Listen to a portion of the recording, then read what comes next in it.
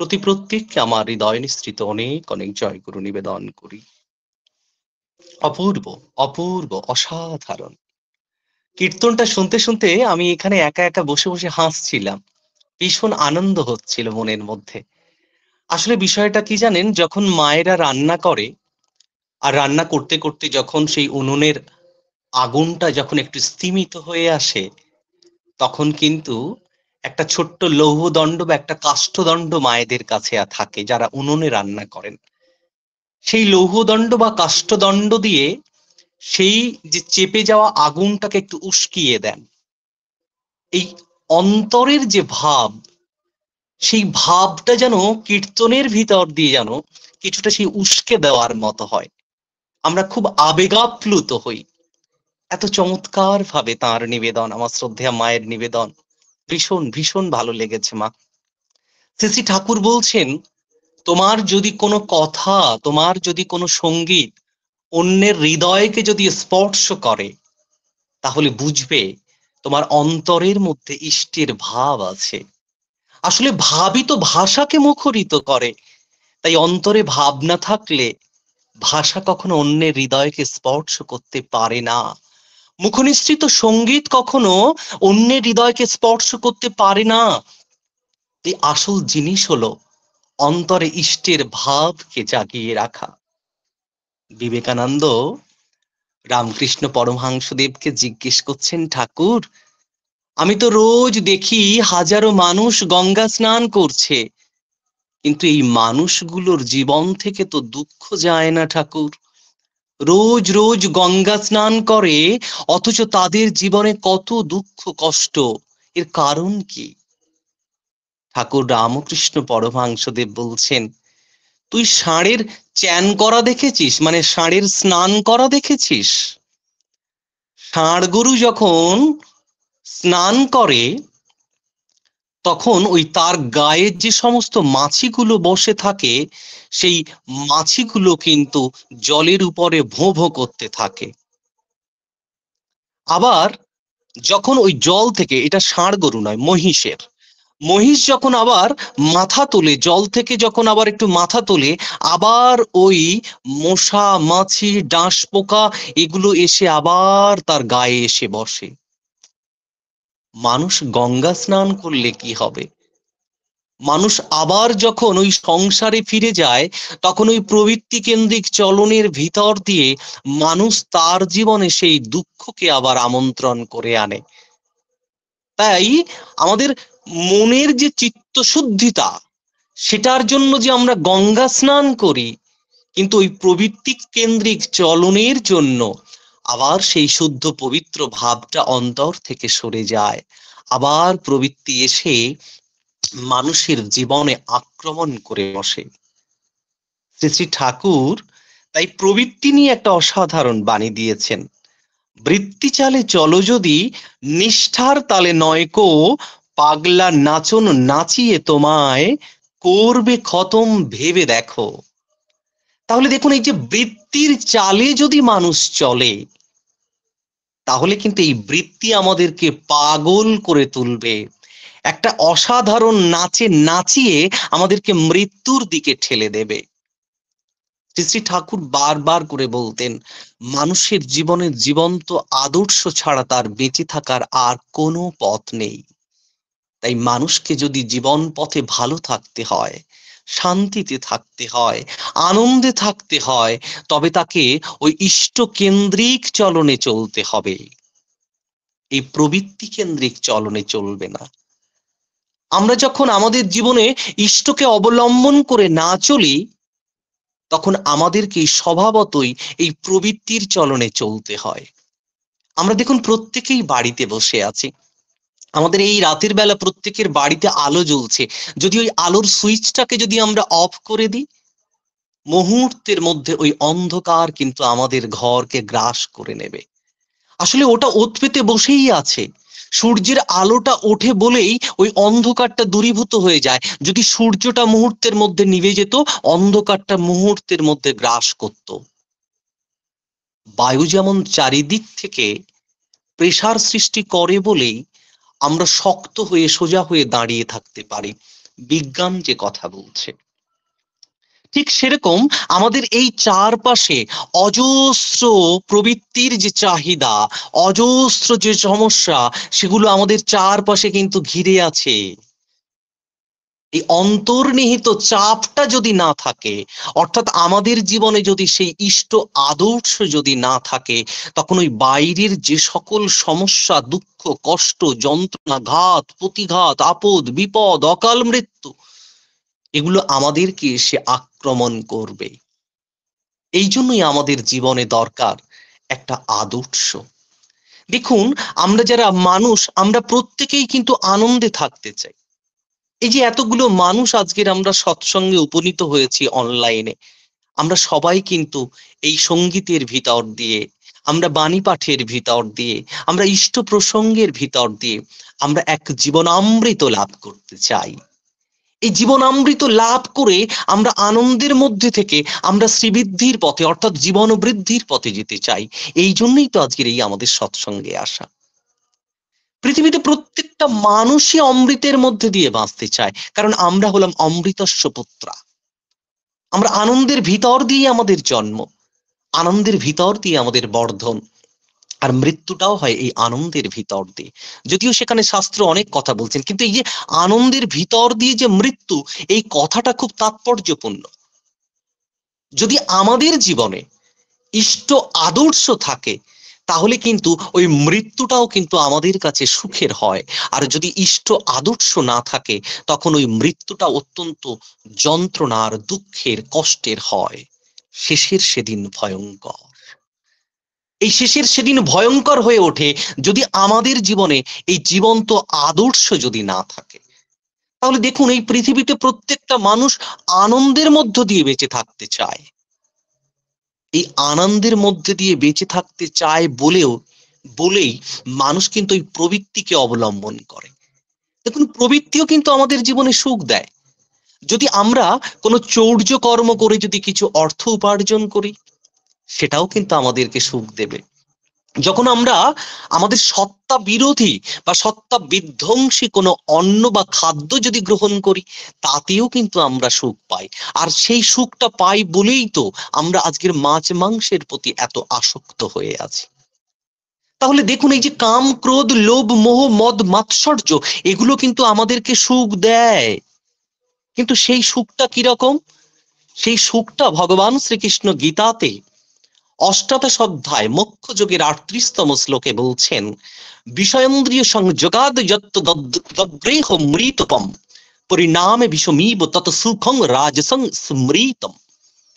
অর্থাৎ এই যে বিষয়ের সুখ, অর্থাৎ আমরা এই আমাদের যে রিপুগুলো দিয়ে যে বিষয়গুলোকে আমরা ভোগ করি, সেই বিষয় হতে আমরা যে সুখ ভোগ করি, সেই সুখটা কিন্তু প্রথমে অমৃতের মতো মনে হলেও পরে কিন্তু সেটা বিষের মতো মনে হয়। রামকৃষ্ণ পরমহংসদেব বলছেন, এই কামের সুখ কেমন জানিস? কাম মানে শুধুমাত্র কাম প্রবৃত্তি নয়, বিষয় হতে যে সুখ আসে, অর্থাৎ রিপুর দ্বারা যে সুখ লাভ করি, এই সকল সুখই কিন্তু বিষয় সুখ, বা সকল সুখই কিন্তু কামের সুখ। কাম মানে কি? আকাঙ্ক্ষা, চাহিদা, শুধুমাত্র কাম প্রবৃত্তি নয়। তাহলে এই বিষয় হতে যে সুখ আসে, সেটা রামকৃষ্ণ পরমহংসদেব বলছেন ওটা চুলকনির সুখের মতো। চুলকলে প্রথমে জ্বালা, মানে প্রথমে বেশ অমৃত মনে হয়, সুখ অনুভব হয়, পরে সেটা জ্বালা করে। এই বিষয় কেন্দ্রিক সুখ আমাদের সত্তাকে কিন্তু ধ্বংস করে। প্রথমে অমৃতের মতো মনে হলেও পরে সেটা জ্বালা করে, অর্থাৎ সেটা পরে বিষের মতো মনে হয়, এবং তা আমাদের সত্তাকে ধ্বংসের দিকে নিয়ে যায়। এখন প্রশ্ন হলো, যদি এই প্রবৃত্তি আমাদের ধ্বংসের কারণ হয়, তাহলে ভগবান এই প্রবৃত্তি দিলেন কেন? ভগবান এই প্রবৃত্তি দিলেন কেন? দেখুন, এই প্রবৃত্তি ভগবান যে দিয়েছেন, তা হলো আমার সত্তাকে বিধ্বংসীর জন্য নয়, আমার সত্তাকে সম্বর্ধনার জন্য। এই কমপ্লেক্স গুলো পরম দয়াল বলছেন, এই যে ষড় রিপু, কামক্রোধ, লোভ, মোহ, মদ, মাৎসর্য, এইগুলো আমাদের সত্তা সংবর্ধনার জন্য, সত্তা সম্বর্ধনের জন্য এগুলো পরম দয়াল দিয়েছে।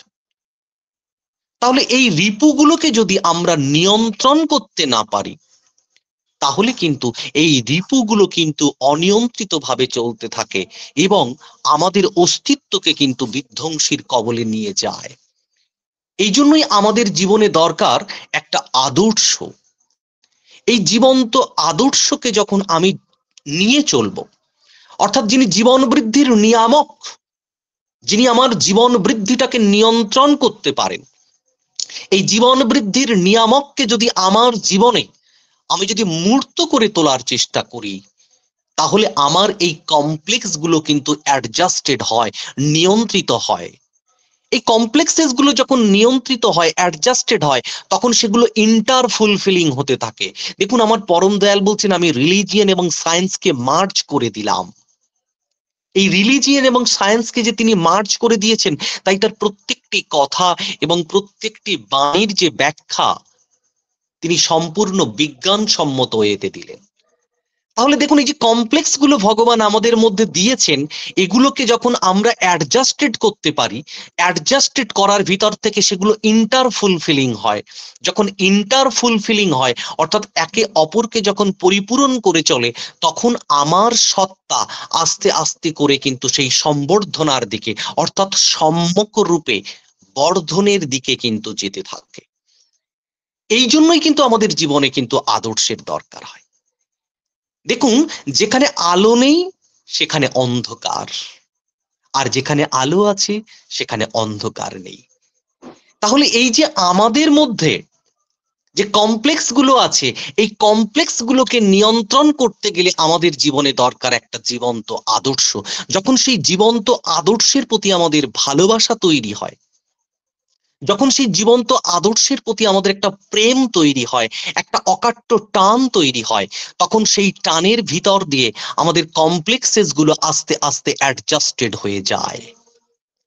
এই প্রসঙ্গে শ্রী শ্রী ঠাকুরের যে বাণী আমরা সবাই জানি, শ্রী শ্রী ঠাকুর বলছেন, প্রবৃত্তিরূপ 6টি ঘোড়া ছুটছে খেয়ালে, দীক্ষারজ্জু দিয়ে না বাঁধলে সামলানো দায় হবে। কি চমৎকার কথা, কি চমৎকার বাণী! এই যে কমপ্লেক্স প্রবৃত্তি, যে এই প্রবৃত্তি নামক 6টা ঘোড়া সে নিজের মতো করে সে ছুটে চলেছে, তার মুখে যদি লাগামটা যদি না দেওয়া যায় দীক্ষারজ্জু দিয়ে, তাহলে এই কমপ্লেক্স গুলো কিন্তু আমাকে ধ্বংসের দিকে নিয়ে যাবে। এটা আমি এর আগে এই লিঙ্কে আলোচনা করেছিলাম যে কমপ্লেক্স গুলো আমাদের মধ্যে কিভাবে সৃষ্টি হয়। এই কমপ্লেক্স গুলো সৃষ্টি প্রসঙ্গে শ্রী শ্রী ঠাকুর বলছেন, এই কমপ্লেক্স গুলো এতটাই অনিয়ন্ত্রিত, এতটাই শক্তিশালী, যখন আমরা ওই প্রবৃত্তির চাহিদাগুলোকে যখন পূরণ করার চেষ্টা করি, তখন প্রবৃত্তিগুলো আরো সক্রিয় হয়, প্রবৃত্তিগুলো তখন আরো চাহিদা সম্পন্ন হয়ে ওঠে।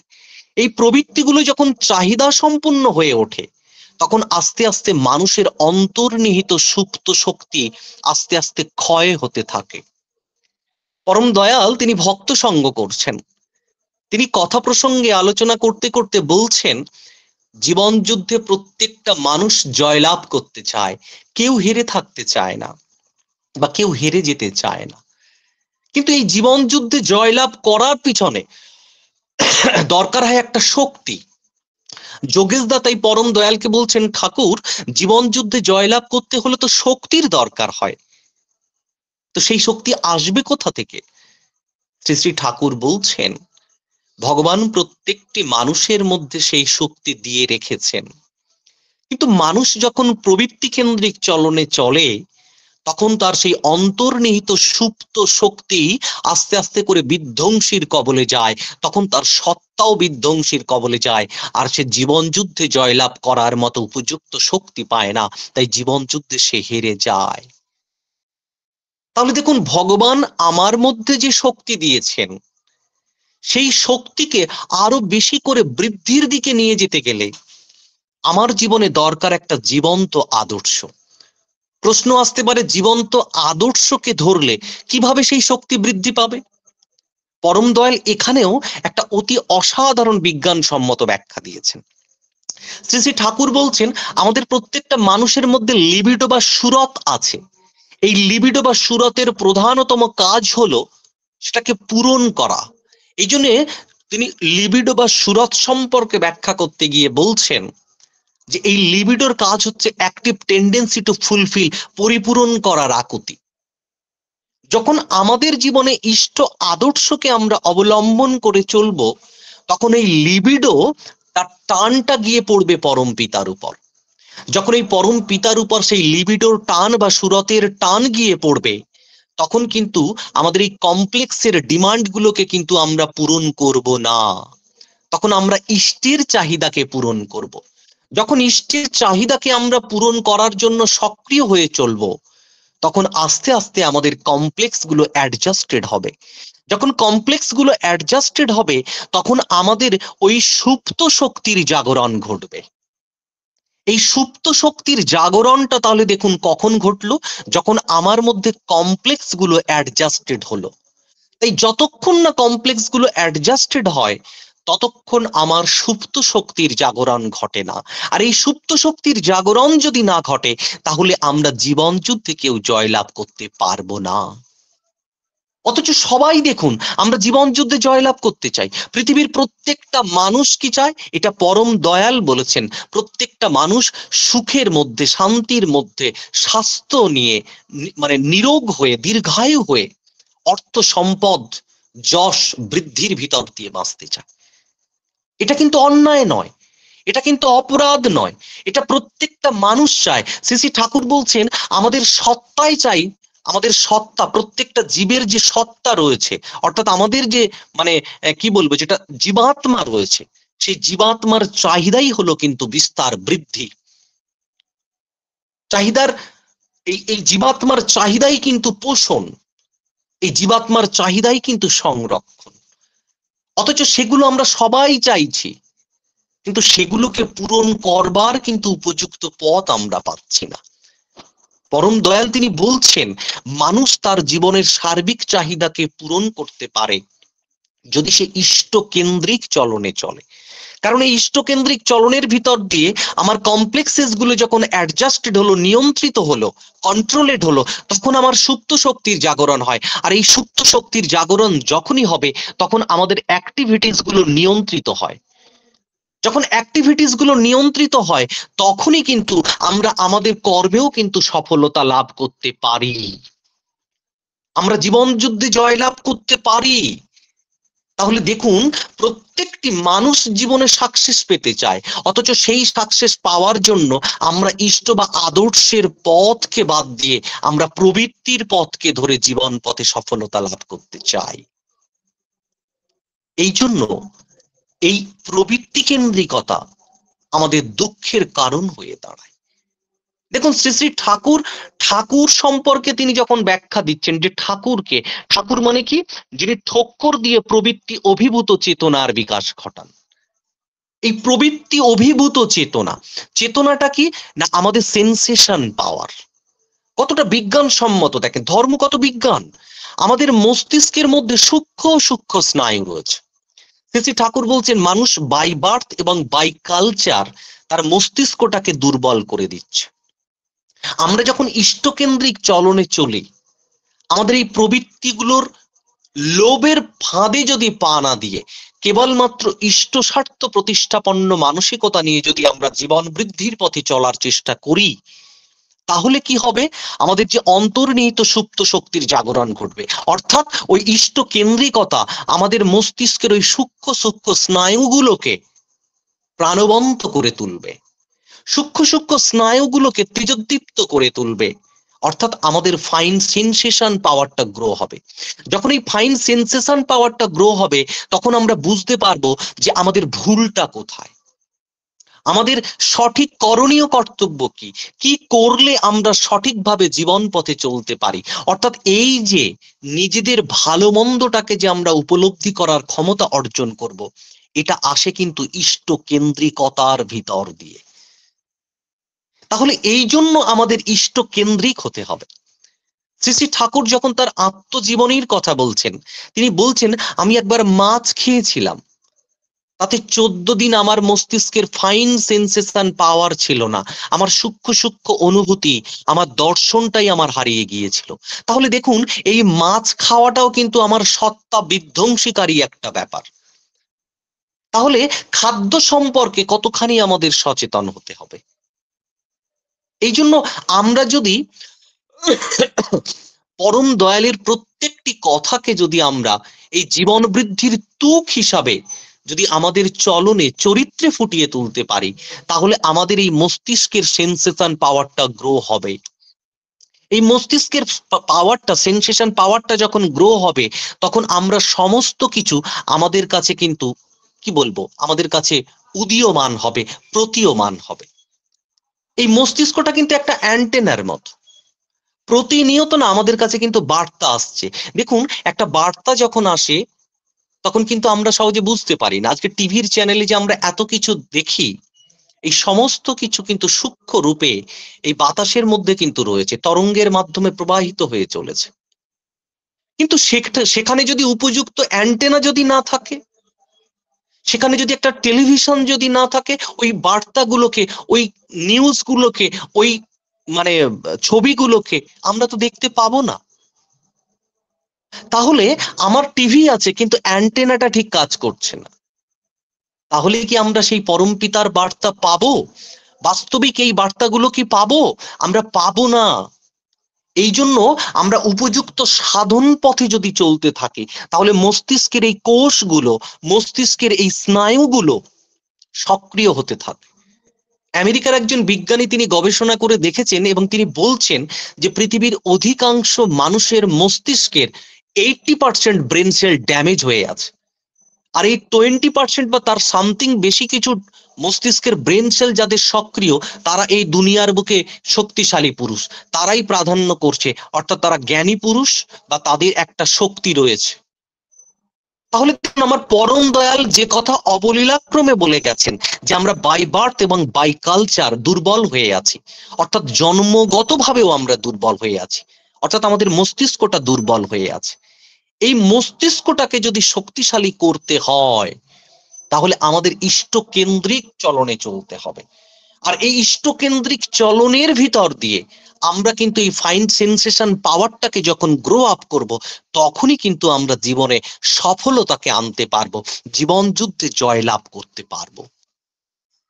দেখুন, আজকের আমরা যারা ধর্মের প্ল্যাটফর্মে রয়েছি, প্রেরিত বর্তমান পুরুষোত্তমের প্ল্যাটফর্মে রয়েছি, এই প্ল্যাটফর্মে আমাদের মূল জায়গাটা কিন্তু ইষ্টভৃতি। শ্রী শ্রী ঠাকুর কেন এত ইষ্টভৃতিকে গুরুত্ব দিয়েছেন? শ্রী শ্রী ঠাকুর এখানে বলছেন যে আমরা যখন কাউকে ভালোবাসি তখন তার জন্য কিছু করি, আবার আমরা যখন কারোর জন্য কিছু করি তখন তার প্রতি আমাদের ভালোবাসাটা বাড়ে। আমি আমার প্রিয়কে ভালোবাসি অথচ তার জন্য কিছু করতে ইচ্ছে করে না, এটা কিন্তু হতে পারে না। তাহলে আমরা যখন আমাদের কষ্টার্জিত সম্পদ যখন আমরা পরম পিতার শ্রীচরণে নিবেদন করি ইষ্টভৃতি রূপে, এই দৈনন্দিন করার ভিতর দিয়ে তার প্রতি আমাদের ভালোবাসা বাড়ে। এই যে দৈনন্দিন তার প্রতি যখন আমাদের ভালোবাসা বাড়ে, একটা টান গজায়, ওই টানটা যখন তার প্রতি গজাচ্ছে, তখন ওই প্রবৃত্তির প্রতি টানটা কিন্তু আস্তে আস্তে আমাদের কমছে। শ্রী ঠাকুর তাই বলছেন, তোমার ইষ্টের প্রতি তোমার যতখানি টান বেড়েছে, তোমার কমপ্লেক্সের প্রতি ততখানি টান কমেছে। তাহলে ইষ্টের প্রতি যতখানি আমার টান বাড়বে, কমপ্লেক্স গুলো ততটাই অ্যাডজাস্টেড হবে। এই জন্য কিন্তু আমাদেরকে ইষ্টভৃতিটা খুব সঠিকভাবে করা লাগে। ইষ্টভৃতি করে যেন আমাদের কখনোই বিন্দু মাত্র চাহিদা না থাকে যে ইষ্টভৃতির ভিতর দিয়ে আমার এটা হবে ওটা হবে, তাহলে কিন্তু ইষ্টভৃতি করেও আমার ওই প্রবৃত্তিকে পোষণ করা হলো, ইষ্টভৃতি করে আর ইষ্টকে তৃপ্ত করা হলো না। এই জন্য ইষ্টভৃতি আমরা যারা করি, অত্যন্ত সজাগভাবে আমাদের ইষ্টভৃতি করতে হবে। তিলমাত্র যেন ইষ্টভৃতির মধ্যে দিয়ে আমাদের কোনো চাওয়া না থাকে, আকাঙ্ক্ষা না থাকে। এইটা নিজেকে নিজে প্রশ্ন করতে হবে যে আমি কি ইষ্টভৃতির মধ্যে দিয়ে কিছু পূরণ করতে চাইছি, কিছু কি পেতে চাইছি? যদি এই চাহিদাটা যদি আমার মধ্যে না থাকে, তাহলে আমার ইষ্টভৃতি সম্পূর্ণ হবে। আমার সময় শেষ হয়েছে, আমি আর কয়েক সেকেন্ড নিয়ে আমার আলোচনা শেষ করে নেব। তাহলে কি আমাদের প্রত্যেকটা মানুষকে এই জায়গাটা মাথায় রাখতে হবে, আমরা যে যতটুকুই পারি এভারেজ মানুষ আমরা রোজ যজন করি না, যাজন করি না, কিন্তু আমরা সবাই ইষ্টভৃতি করি। কিন্তু ওইটুকুটাকে যদি নিঃস্বার্থভাবে কেবলমাত্র তাকে খুশি করার জন্য করি, তাহলে আমার ওই খুশি করা বা তাকে তৃপ্তি করার মানসিকতাটা প্রমাণ করবে যে তার প্রতি আমার টান আছে। আর এই টানটা যখনই বাড়বে, বুঝতে হবে প্রবৃত্তির টান আমার কিন্তু কমে যাচ্ছে, প্রবৃত্তির থেকে টান আমার সরে আসছে। আর যখন প্রবৃত্তির থেকে টান সরে আসবে, তখনই রোগ শোক গ্রহ দোষ বুদ্ধি বিপর্যয় দারিদ্র ব্যাধি সর্বদৈন্য অবস্থা থেকে আমি নিজেকে মুক্ত করতে পারবো। যতক্ষণ না পর্যন্ত নিরাশী না হয়ে ইষ্টভৃতি করছি, ততক্ষণ আমার জীবনের সমস্যার সমাধান হবে না, হবে না, হবে না। সবাইকে জয় গুরু, সবাই ভালো থাকবে।